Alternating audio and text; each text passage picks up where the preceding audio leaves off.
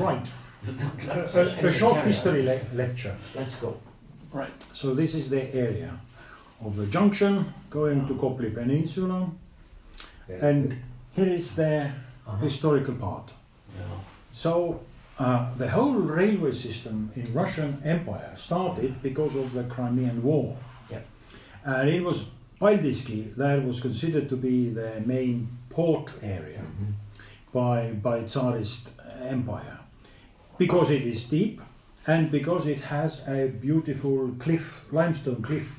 So they actually started to carve out of the cliff the bastion system of the 16th, 17th century. Yeah. And this is where the port was to be. Andres even said that the capital wanted to be there. I haven't heard that before. This Russian first Tsar, let's say, that was Peter, not first, but Peter the Great, he wanted to not to replace the capital, not to this world in St. Petersburg as today, but to this Paldiski area. Just originally, yes, but this may be too far from Moscow.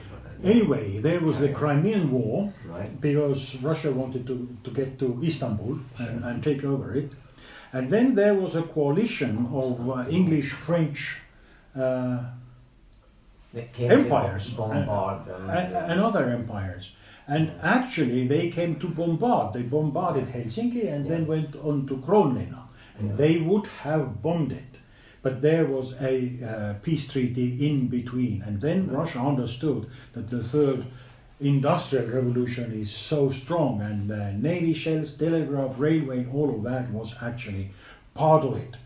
But because they couldn't do the Paldiski port, Tallinn was inside the name list of marine bases. So was Estonia part of Russia then? Yes. In 1864.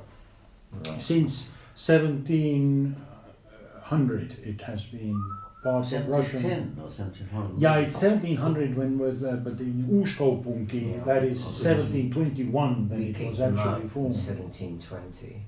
Right, so the railway started to develop Steam there. bombs. And it's actually staggering to look at this 37 and 69, in between these, the railway lines were done, and it was this first industrial revolution. Steam pumps. L is missing. Right.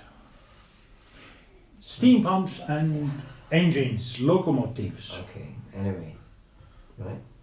Right, and when we look at Tallinn, we see the 19th century. We can't see the bastions because it is still in the list of military ports. There is the harbor area in Russian Kavan, which was always the merchants' quay. But then below that quay there is the Admiralty development, and later on the Admiralty Basin was dug in there.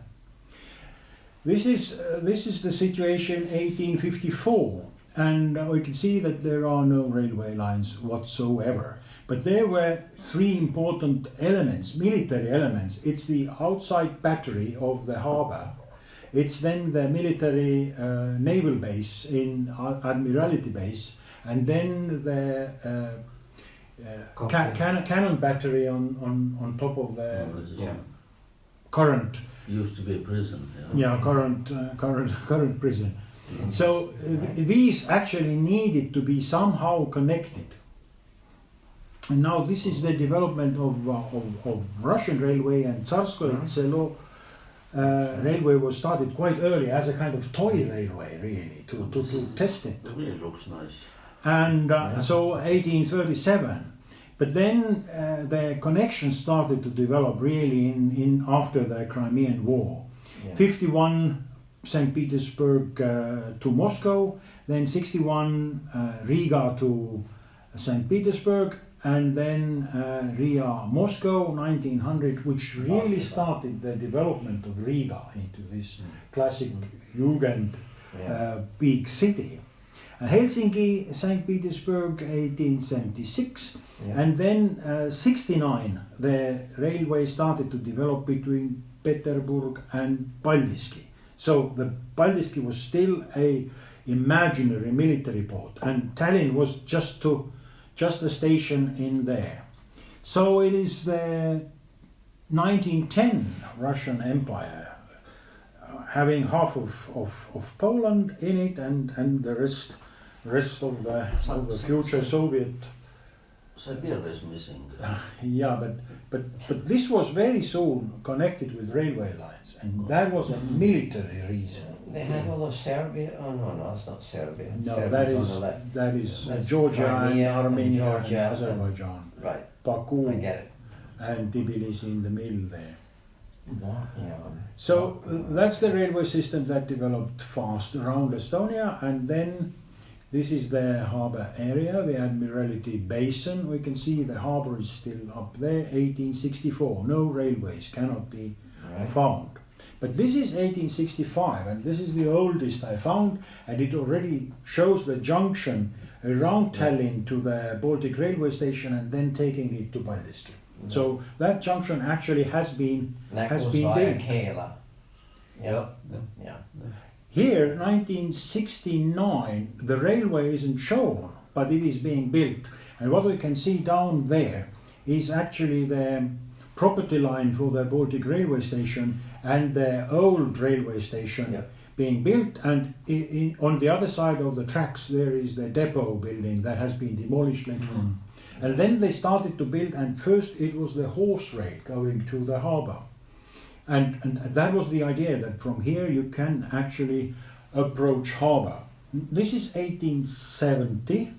The Bastion Belt hasn't been shown, the railway hasn't been shown, but instead of that is the city on top of the Lasnamäe city. That is clearly shown, which was never built. Why was there a lot of white land around the old city? It's the Bastion Belt, and the enemies could see it if it is on the map. So it is the old secrecy of Russian Soviet. Have a clean area, let's say, how to kill your enemies or that. It was never used in practice. Well, it has. When? No. Livonian War, 1525 to 1580. Russians occupied everything in Estonia. Only Tallinn remained, and it was cannon bombed. Okay, but after that? After that, it's not used. Not used. No, And the wall it lost its was around importance. here? Yeah, no, the wall is Here. around the coloured central Yeah. part of the city. Yeah, this is bastions that are outside. Right. Okay, next. So this is one of the first maps I found, 1870, and this is already Baltic railway station up there. But what is interesting is that the blue one here is actually the passenger railway station. So it was divided between commercial or freight traffic and pedestrian or passenger railway. And that is somewhere here is the Karli church, and this is the Bastion Belt. So it was quite close to the city centre. Here is the Toompea and the Baltic railway station there, the church, and here on Koidu Street, there was the idea of building the passenger station. 1876, it's clearly marked. It has taken the first plan of the junction. It goes through the Baltic railway station, and we can see the rail going into the harbour already. So it is 1876 when the railway goes there, and the depots have been added. So there are. And it's in Estonian now. No, that is in German. German. Oh, it's German. It was German speaking still. Stadt. Okay, but Stadt is Stadt is German language. Yeah, but what would you say then? Stadt? We would say Linn. Linn. Okay. Linnus. Right. Linnamäki. Why then in German? Because they had German run. The Tallinn railway was then German run. Nobility German, like the Swedes in Finland. But I thought it was the Russians that built Yeah, but they could take the nobility, German nobility, out at least so fast. So the whole system was basically German nobility based. Only the railway system? You mean- No, everything. The whole a bit confusing. Estonia Peasant was system. these days quite German-oriented, let's say. Even though My grandmother you were knew- within, even though you were within Russia. Yeah, This is it was the Rosen Declaration. And what about your grandmother? She was married to a German? No, but she was quite fluent in German language, and they were all spoke at these days, let's say, German language. And Russian. Russian also, let's say, they're multilingual, yes. But didn't marry a German? No, Okay. never. Never. And these English, No, Never. forget them, let's say. or forget- no private talks. Okay. We are here on city Sorry, carry business. on, carry on. Well, this is Right, and now we see that the railway goes into the harbour, into the Absolutely. Yeah. To load the ships. merchants quay, Yeah. and this is also German. Rivalische Meeresbucht. Okay. What was the Buchta. German gauge or Russian gauge? Because they're two different sizes. Russian, of course.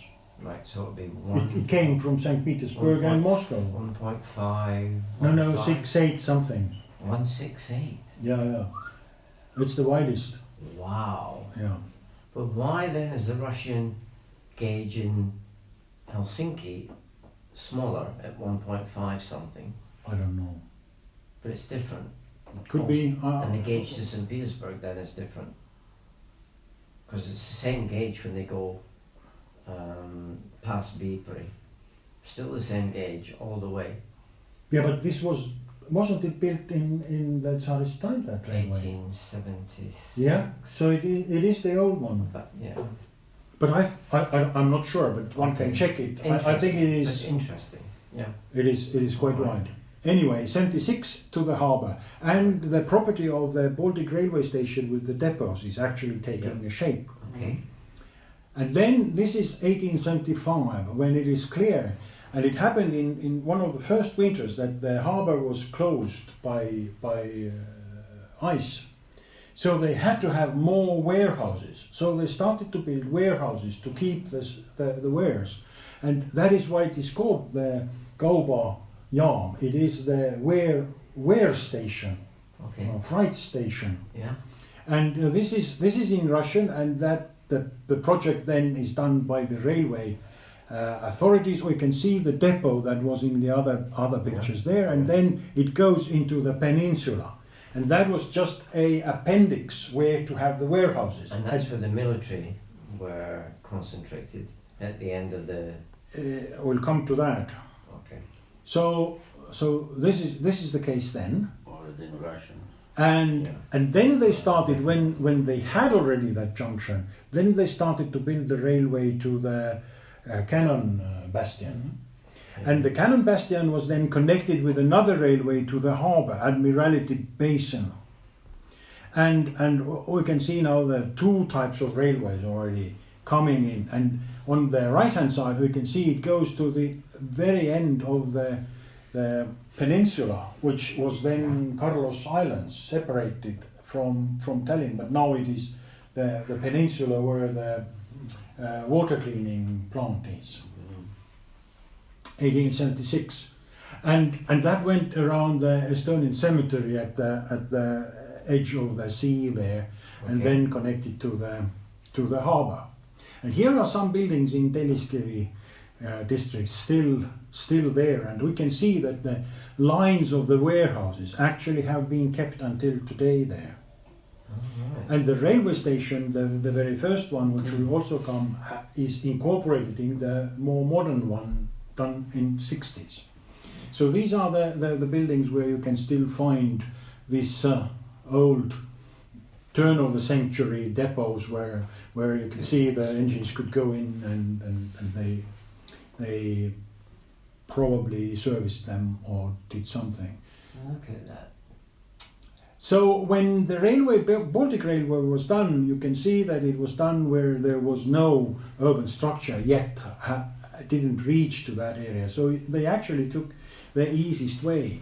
And it is also the case that you have to come from the cliff to the lower part of Tallinn. So it's quite a long Have to decline all the time. declined road that goes around the Tallinn and then allows the not too steep connections. Did they build it up or on the ground? It's on the ground and it gradually comes down when it ends. But there is some kind of, let's say, the body of Earth, let's say, where it's... The earthwork is there, It's yeah. from the main railway station outwards. I've seen it. Yeah. Yeah.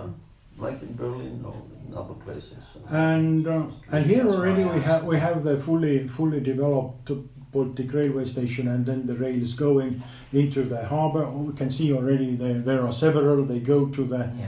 harbour area where there are warehouses, It's very rapid expansion. and In 9 years. and all the harbour today is actually configured according to these rail lines. Yeah. And here is the last one in with junctions and the technical details going around there. And now we come to the point that the railway also catalyzed these important military strongholds. This is it is actually the carriage plant, Tvigatel, which is the same as a future tank plant. Yeah. Then there is the military hospital. So Then there that's is- Ülemiste now. Yeah. Yeah. The Lake Ülemiste, you Where can see. the airport is. Yeah. Military hospital, and then Right. you go around, you have the battery and then the military harbour in there. Right. This is 1813, one of the sketches 1913. 1913 by Saarinen. Just as a curiosity, I've added it here. Now the railway connections already 1902 becoming bigger and bigger. This is the old Baltic railway station that is incorporated into the new one. I'm not going into the new one. Right. So there is the depots that have been demolished, and the market, today's market is exactly in and under. Is that these- building still? Yeah, some of them are intact, some were Fantastic. taken apart. Fantastic. All right. Here also It's lovely. and this is how it used to Yeah. look like. Still very much the same, eh? Yeah. And these are the old Russian carriages. Yeah, this is Wooden the carriages. depot that was taken out. And This is does the- that still exist, or is it torn down? No, that is torn down. It's Torn just down. opposite to the Okay. Baltic station.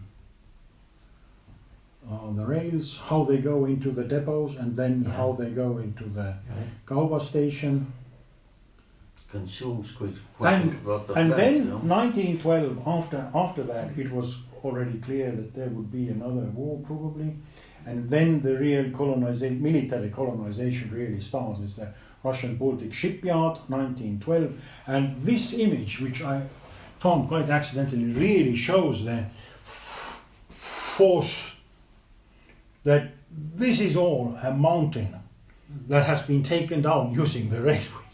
And the buildings are there already, you get it. And out of that, the harbour and the quays were They used it organised. for the harbour. Yeah. Goodness me. And the first ship, as we can see, 1916, and this is how it is here now. At the end, there is the oil mixing company for which the railway actually works until today.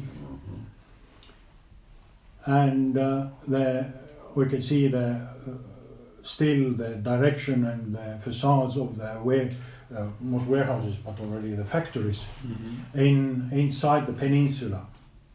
And there were several harbours and different companies. And this is the harbour at the 1910. All the quays, all the warehouses, all the geometry actually designed by curvature of the rails. Yeah. This is how it is. And the Admiralty Basin carved in, so the old harbour came back, the pre-medieval From harbour. what year is this? This is from 1990s. Or? Yeah, it is from Zorbel's book, so it must be something like that. Totally empty still. There are no any repairment plants there next to the Admiralty Basin. a unique photograph with warehouses and plants even on the quays. And now it's 1920. And all of that property suddenly became useless because Estonian government didn't have any wares or goods to transport or even to build. All the factories in the Kopli Peninsula became abandoned. That was just before the 1920 when Estonia became independent. There is the Trigatel, there is the military hospital, there is the gunpowder factory, then there is a Luther factory, and then all the other factories and harbour along the railway. So your metaphysical thinking of sticking it to the earth by rails really works fine. There we are. And then the rest of the Kopli with all Volta and all the other the textile industry and the harbour. How much development took place between 1920 and 1939? Not much, because there wasn't these. What I came looking at the history was that there are the whole rail system actually was forced by the forces outside Estonian territory. Goods, politics, military, all of it. Yeah. The flows that came were outside of the territory. The only thing Estonians did, the peasants, they were well paid for making this earthwork for the rails. And now Kutin's doing the same. 7.5% yesterday. They produced a memorandum, whatever, CIA or FBI. So they reckon 7.5% of GDP, Russian GDP. So this is running for military. Yeah. Very little. There's a long way to go. Yes. During the Soviet period, it was half at least. Yeah, they're building up tanks, soldiers, everything, and they'll all be coming along Narva down to Riga. Yeah, we need to blow up that railway.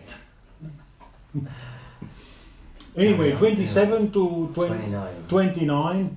All these vast areas in a way become development areas because there is nothing happening. This is the railway lines of 39. And it's still in Russian. No, it is already in Russian. It's a Russian occupation plan for Tallinn. No. Yeah, they had the military plans ready there. Yes, of course it is. Did they have one for Helsinki as well? Sure. It did show all the buildings, all the roads, and everything was so that they could through the translators they could check. You see, the difference between that, if you go back, and what we did is we showed where the changes should take place, whereas they didn't show that. Now 47, it was the plan. Just a moment. So 1950-51, and these are the industrial areas, which were basically military areas. Right. And I have marked them in here. So these are the industrial areas, but they were all run by the Soviet system, Ministry of Railway and Ministry of Defense, or Ministry of War, whatever you like to call it. And then that was a question, yeah. No, I mean, it was about politics, so never mind.